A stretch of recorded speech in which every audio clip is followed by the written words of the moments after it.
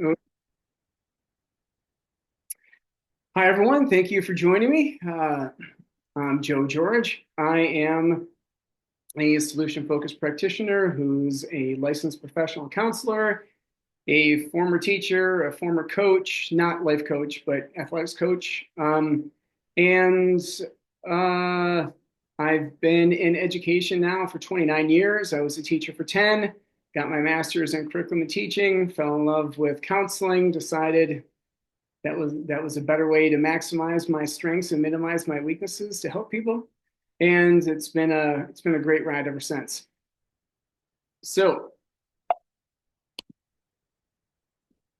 I believe uh, I'm biased, and I believe a lot of the presentations are best when they focus on the why, the what, and the how of whatever they're covering, but specifically spending the most time in the what and the how. So that's what we're going to do. So, as most of us know, but if you don't, here's a brief, fast 40-year history in about 2 minutes. Um, it all started back in the day with Steve DeShazer, Insoo Kimberg, and their cohorts over in Milwaukee at the Brief Family Therapy Institute. And they were artists of sorts. And you guys might not know who Bob Ross is, but if you're an American who is over 40, you recognize him from, he had a painting show on PBS, and he would always create happy little trees. Well, the Brief Family Therapy Center, they created a happy little tree that we call solution focused brief therapy. And they were led by Steve Shazer and Insoo Kim Bird. And in the 80s, when they started really to get rolling with this, Steve and Insoo, Steve specifically, started writing a lot. And they both started presenting. And when they really wanted to roll around in what works to help people get what they want rather than analyzing problems, um, it was exciting for a lot of practitioners around the world.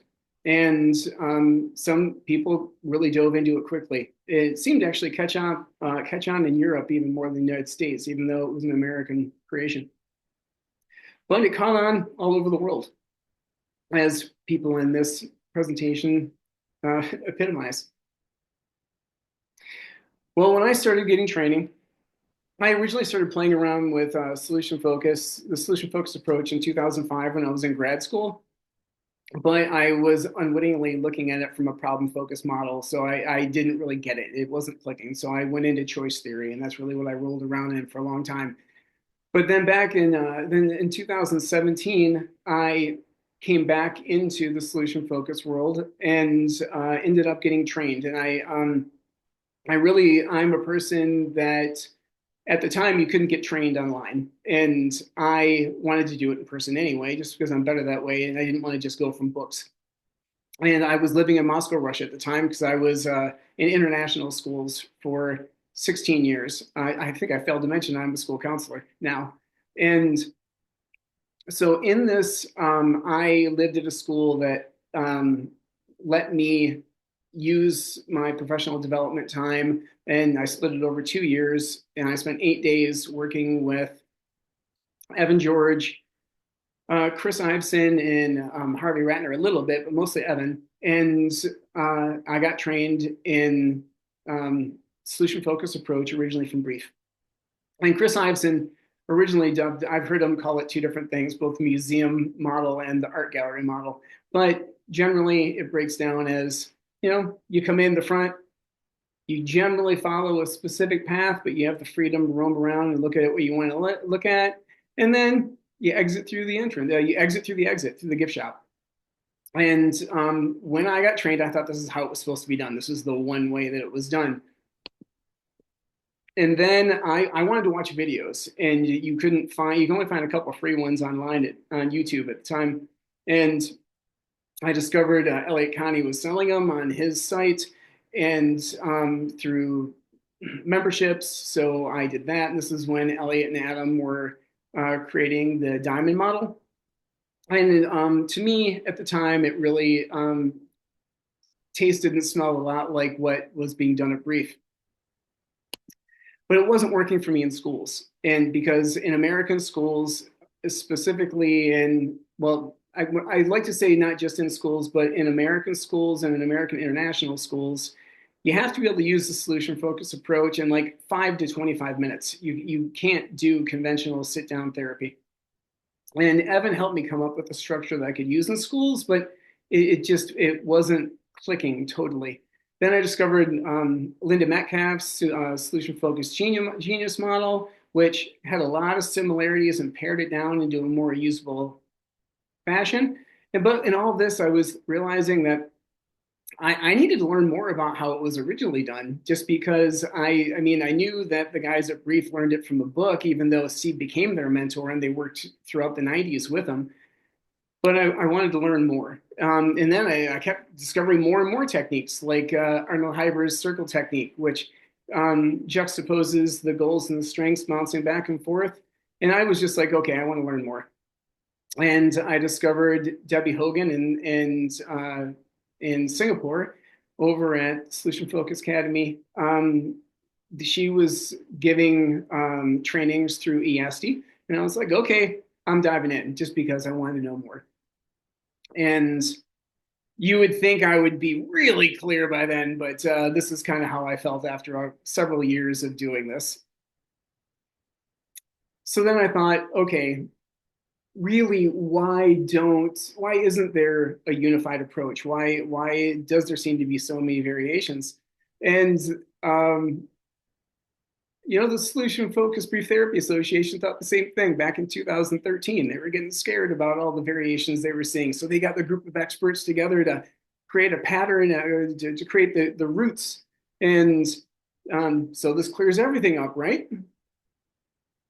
No, it didn't for me.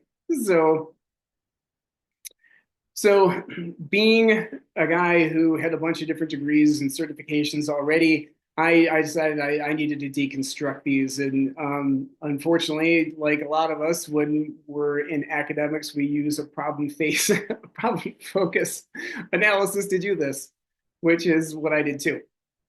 And so I looked at, okay, what are the differences with how all these different people start?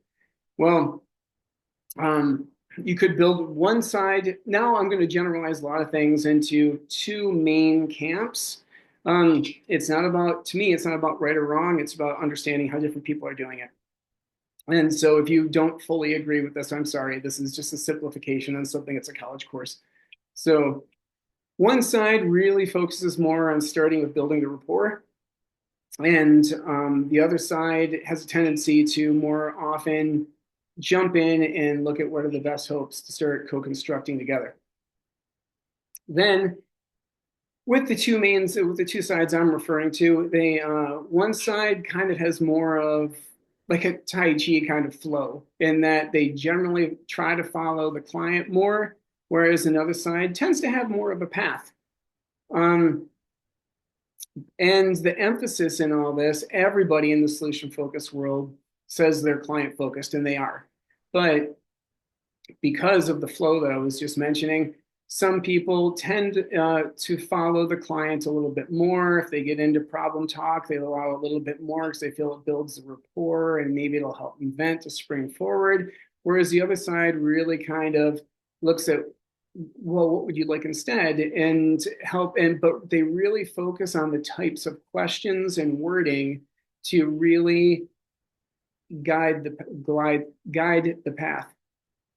And then also there's a variation with one side really just spends a bulk of their time together looking at the exceptions of when the problem isn't so present.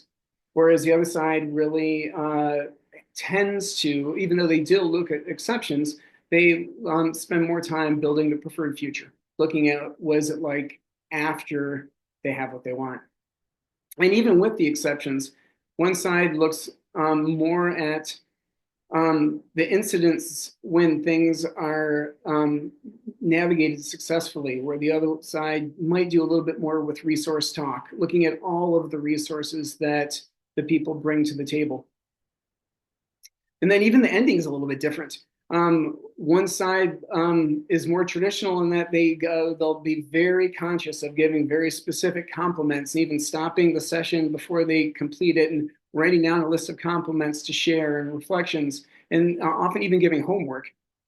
Whereas the other side just has a quick wrap up, and it might even just be, well, look for what's working, and let me know if you want to talk again. And then about 6 years ago, Mark McCurgo, a Scottish colleague of all of ours, decided he wrote an article and he dubbed these two camps Solution Focus 1.0 and 2.0. And this really rubbed a lot of people the wrong way. And so, and then Harry Corman wrote a response in which he was defending the what I will call the original group, and he called it 3.0. But the whole point was when I'm doing all this, it's like it's like a beautiful snowfall. Okay. Snowflakes are made of similar molecules. So why focus on the differences when we all do the same good stuff? So what is that good stuff? What does everyone mostly agree upon? Well, they mostly agree upon that the clients have, we have to nurture the hope that they bring to the table to bring out their abilities. And they are the experts in their lives, but we help them, we co-construct with them to build forward by identifying and building upon their best hopes and their key desires. And this is a minor variation, but they do it for the same purpose. Whereas the traditionalists will focus on the miracle question and to springboard over the problem to look at the preferred future. And the other side will look at the tomorrow question, which is basically the same thing, but they take out the metaphysical aspects. And it's more pragmatic, but it's used for the exact same intention in the exact same way. And then they all use solution talk. I don't care. Like some people actually even get very irritated that with the variations of these words, with exceptions and resources and instances and what works. But it's all solution talk. It's helping build what works to co-construct and move forward. And my son's walking in the door right now. Some of my biggest realizations were that not knowing is tough. I had a YouTube channel. I still have it, but I don't use it much anymore. That I used to interview people around the world. And I remember when I was interviewing Evan George, and um, I asked him, did he ever use this as a parent? And he said, no, not really. And I thought it was funny. I was like, how come? He's like, not knowing is tough when you know. If your kid's not doing your homework, his homework, you know what he should be doing. It's hard to take a not knowing stance. Funny. And the problem is when we do this in the solution focused world, you'll find people even getting somewhat condescending towards each other and very defensive and passionate because they know the right way to do it. Whereas other people are chill and they just they like to roll with it and think about similarities and differences and just go with it. Ironically enough, Confucius came up with the same idea a long time ago. And also to use solution focus in schools, in American schools specifically, I needed to SF it because I needed to be able to do all this in 5 to 25 minutes. And Confucius realized that too.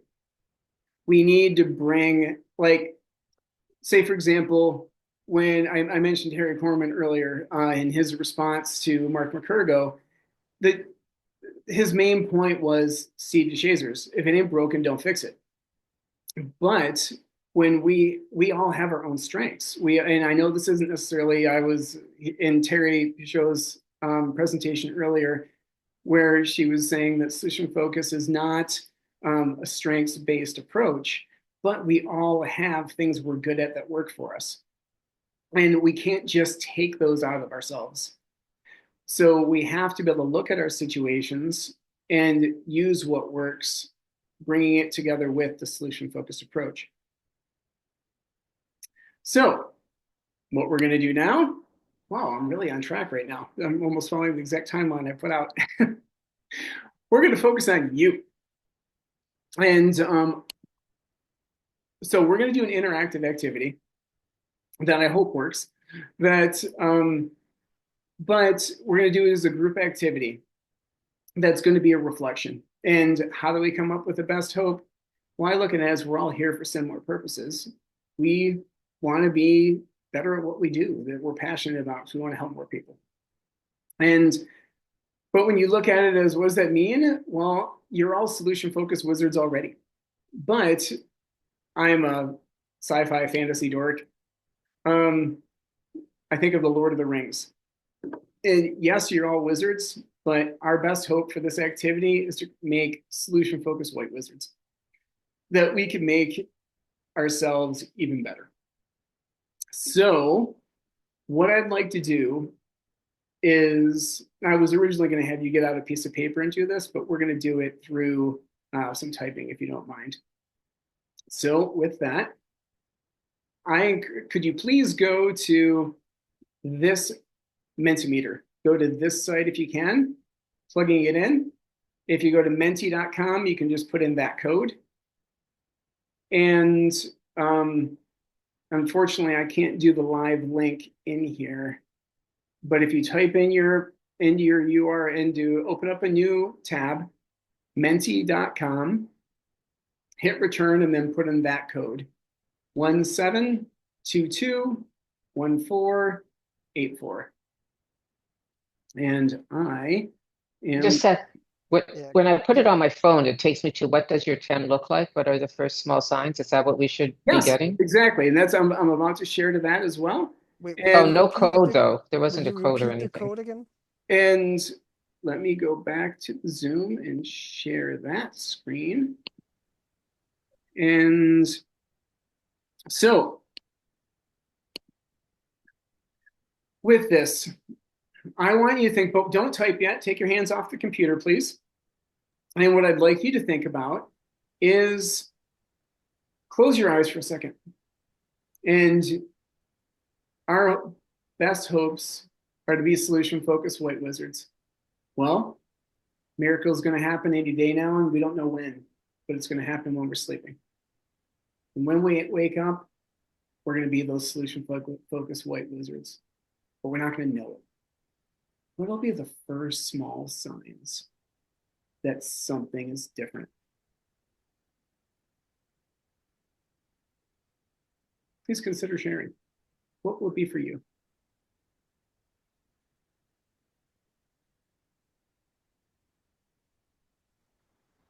Could you repeat the question again? Sorry. Sure. I have to deal with cafe bar thing. So could you just tell me one more time? When you wake up and you are a solution-focused white wizard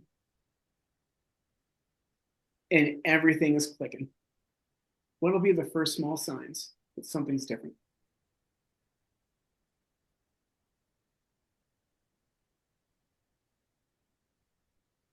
And I just realized when I share my screen, it locks at that moment in time. So I actually have to unshare and then move it over. Or has no one put in any responses yet? Can someone just type hi, even? There, one response. Thank you. So what'll be the first small signs? Someone said I'll be more humble.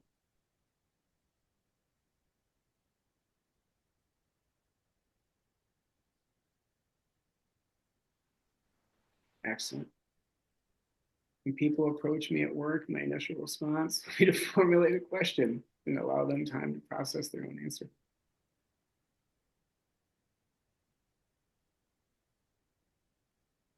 For me, I'm consistently present.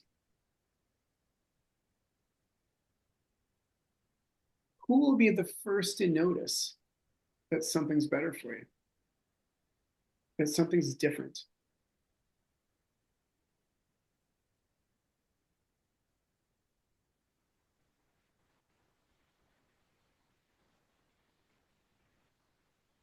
How will they know? What will they see?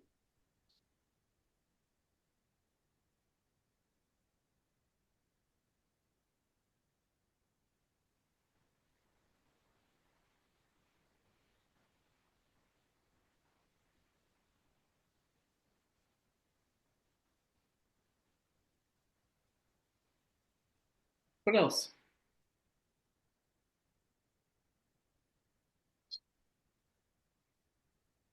Mind repeating the code? I went back a page back and it knocked me out. Oh, I'm sorry. Sure, if I, you go to I I minty.com, am out of, I am kicked, I was kicked off also. it's 1722 1484.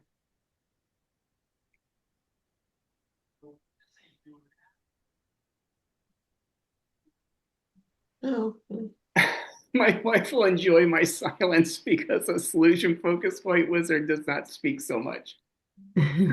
That's awesome.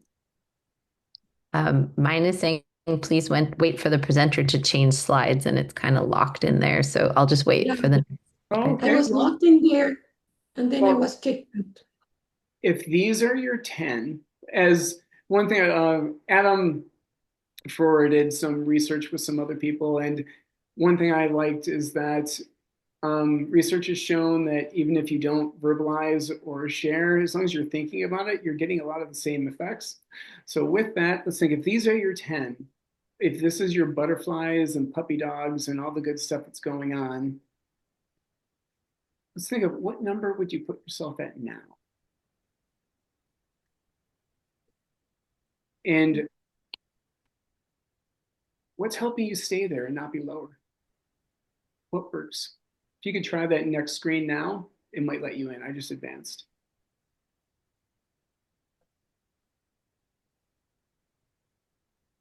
What helps you stay at the level you're at right now? What's the good stuff you bring to the table?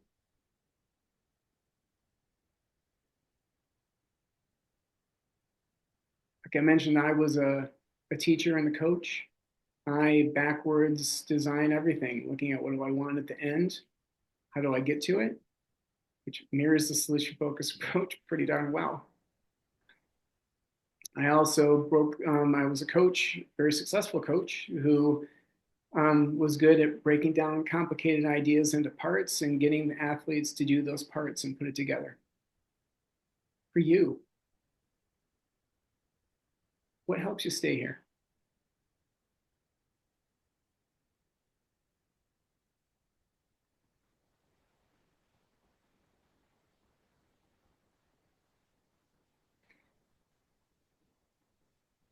When the things are really clicking, who's with you? Who notices?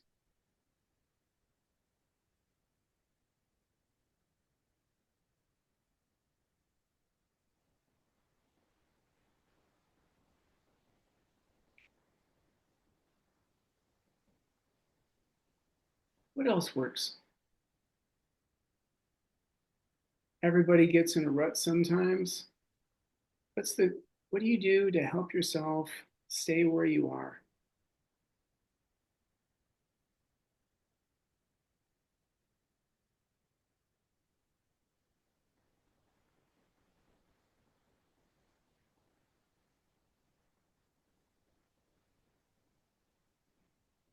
What else?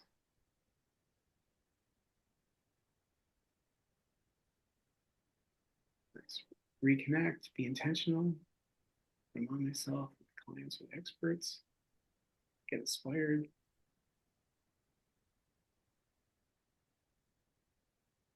So look at all the good stuff that you guys are already bringing to the table. With all this, tomorrow, you're not going to be at the number that you thought of a minute ago.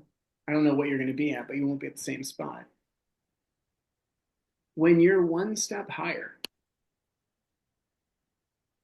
what'll be the first small signs that you moved up?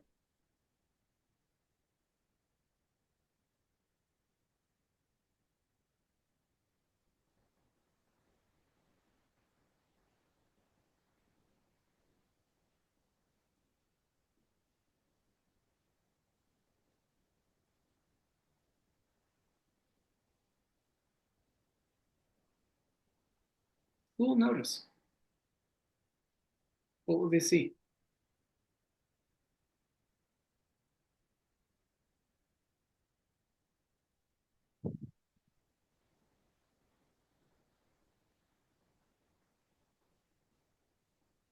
What else?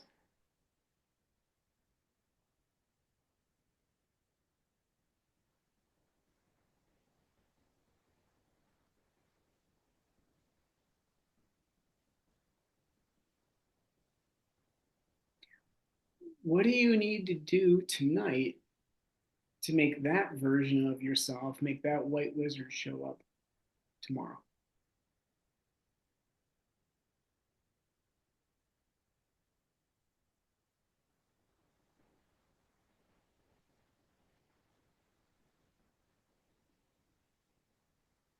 Who's going to notice? Who can help?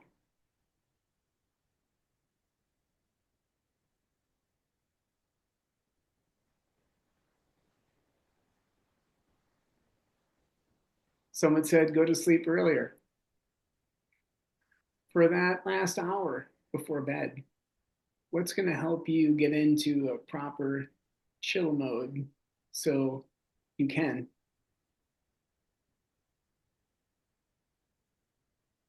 And what time are you going to bed? I'll stay off my phone.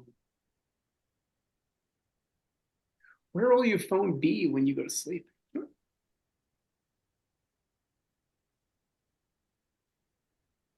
And what will you do instead of being on your phone? Complain less. What will you do more?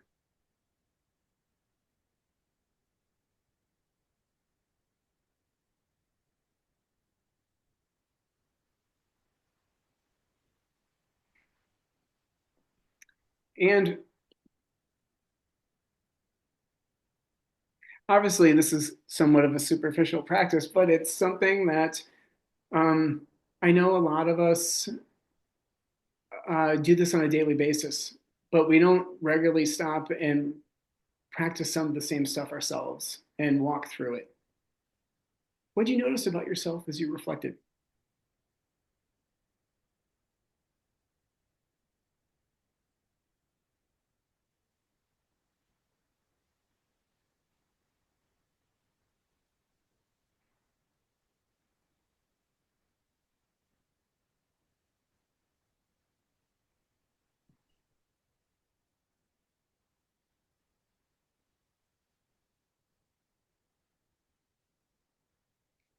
Thanks for sharing that.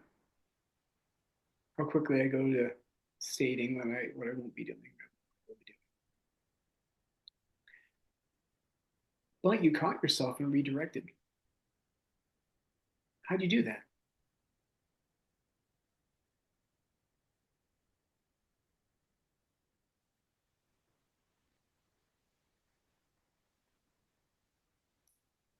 Silence is oxygen.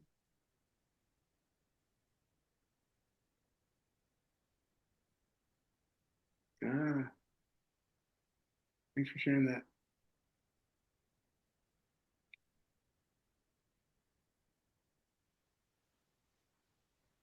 What else?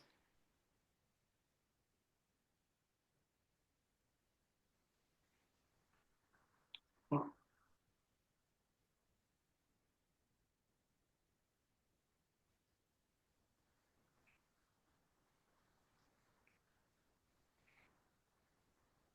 excellent. Okay, so let's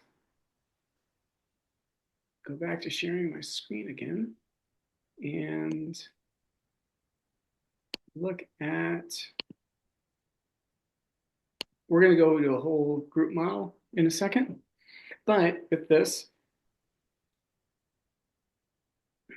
um, conclusions I came to as I was studying all of these different ways of doing the approach was, for me, I had to build off of what did work for myself. And what I found myself doing as an educator was building around a backwards design model and breaking things into parts. So I'd start at the beginning with looking at what's wanted now, and then what's wanted after I have it, and helping the person I'm working with do those things. And I look at it as a three-part thing of what's wanted, what works, and what's next. And again, I needed to build off of what worked for me to be genuine. And to do that, I couldn't focus on questions. I had to focus on helping myself get out of my own way. I had to look at solution focus listening, which is reframing. Actually, solution focus looking, which is reframing, and solution focus listening, which is not knowing. When I focus on those two things, the questions come. When I focus on the questions, I become solution forced, not solution focused. So the only way I could get out of my own way was to build on what works. And then last, building what's next is kind of unconventional. I realize in a lot of the solution focused world, they really just do some variation of the what's wanted and the what works. For me, I encountered thousands of parents and kids that knew exactly what they wanted, and they had no idea how to get there. And the argument that the power of solution focus is what they put together when they leave, I looked at it as I encountered literally thousands of people that contradicted that thought. And but I did, rather than giving them homework, I looked at it as helping them co-construct what's next. They gave themselves their homework, and they were literally connecting the dots in that backwards design model, building towards their 10 in that scale. And that's just what worked for me. So it doesn't mean it's right, it's wrong. It just, that's what works for me. So now with this, I have some free things I can toss in the chat after I unshare. If people are interested in this specific angling of the solution focused approach, I have a whole bunch of free stuff online. I used to have a business that I decided I needed to focus more on my family and my mental health. I was burning myself out, doing too much, and for others, not taking care of myself because I had hubris as well. And then I really wanted to help everybody, and I wasn't helping myself.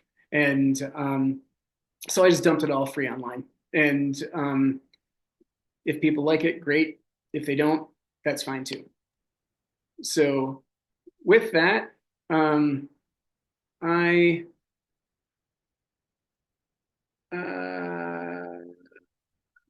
looking at the chat. Okay, so with this, I will toss in my question for you guys is, how about you? What's working?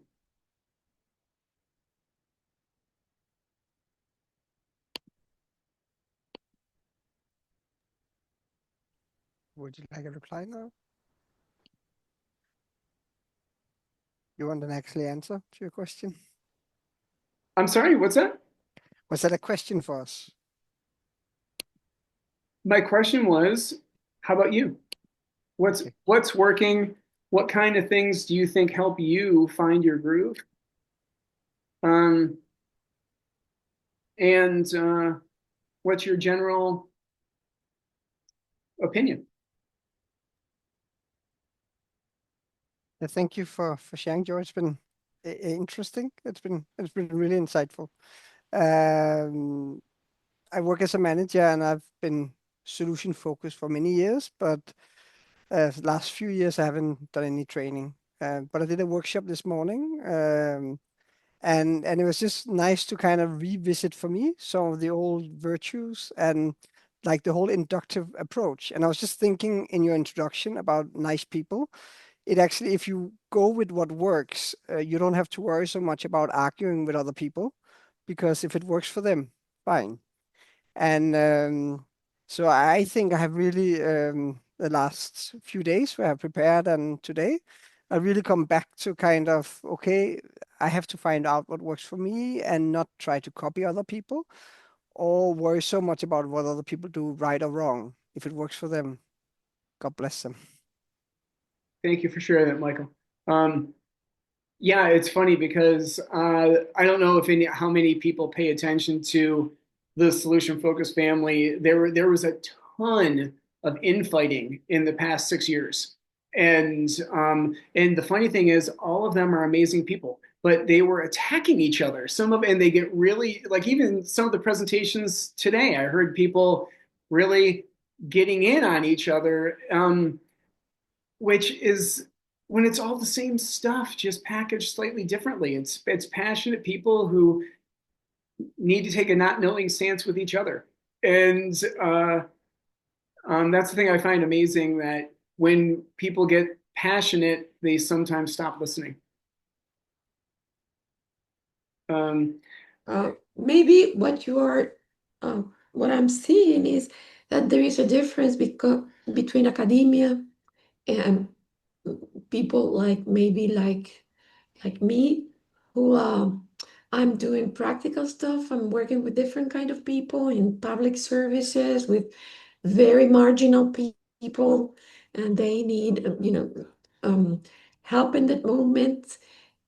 So I'm not very academically clean with what I do, but I really focus in using what helps people move forward, like help them find their ways.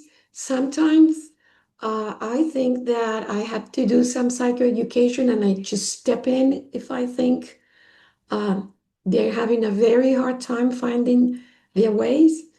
Um, and I think there is a thing with flexibility and adapting to uh, your own practice situations and what you have in hand, and try to do what feels more honest for me using the resources I have in hand, and sometimes maybe not being so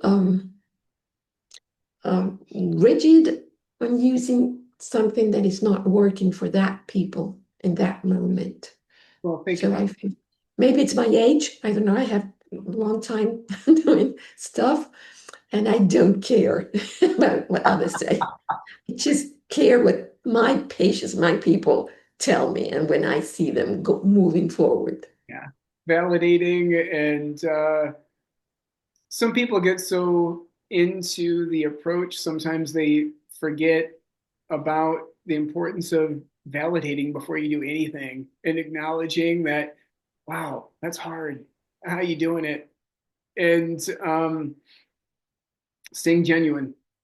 Um, I don't know if you caught Terry Pichot's thing. She gave an analogy of wearing different shoes in different settings, and I look at it as they have to be comfortable shoes.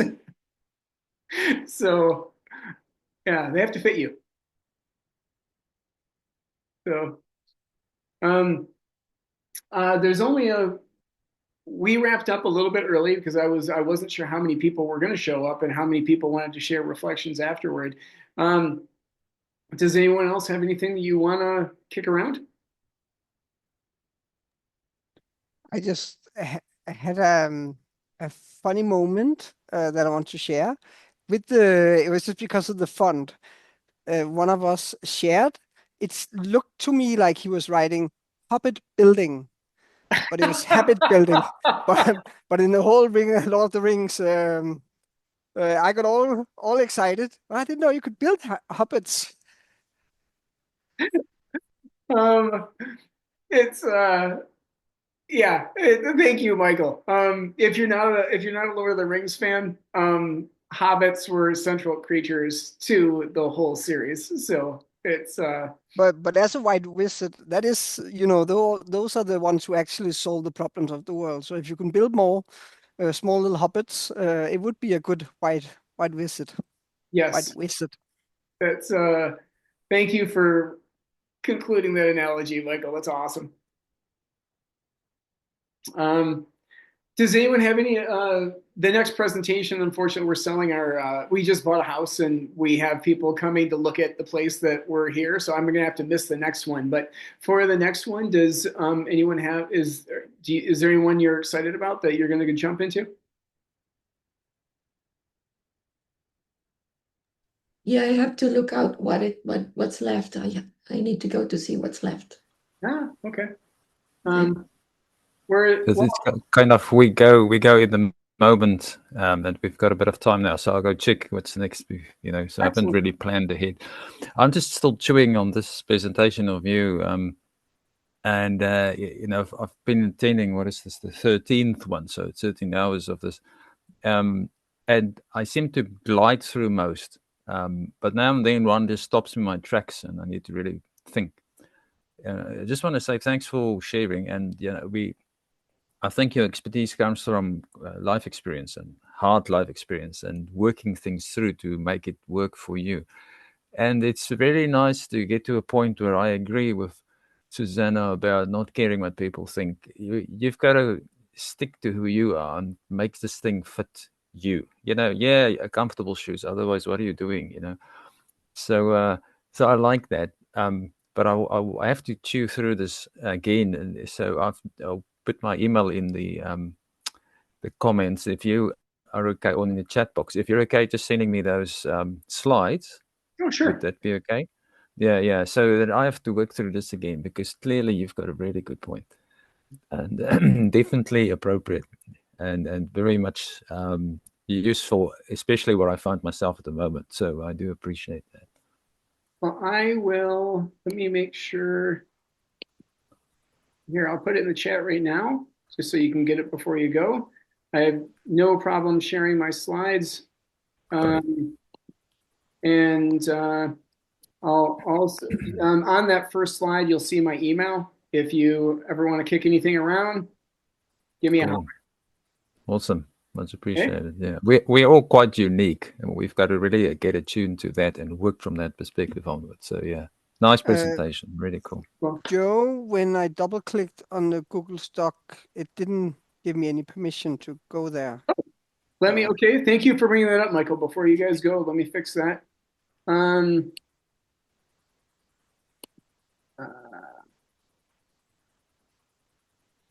That's why it's restricted. Anyone with it's restricted, yeah. I'm changing it right now. There you go. Everyone, try it again, please. Yeah, that's okay now. Perfect.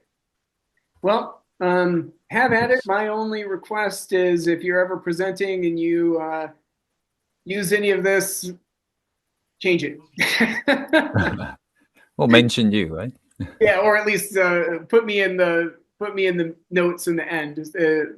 Yeah. I hope. So, Nice. But you guys rock. I thank you so much for coming and staying. I know the people came in and out the whole time. If you ever want to give a holler, please do.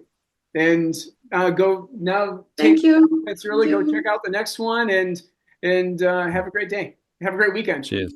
Thank you, Joe. Thank you. Bye. Bye-bye.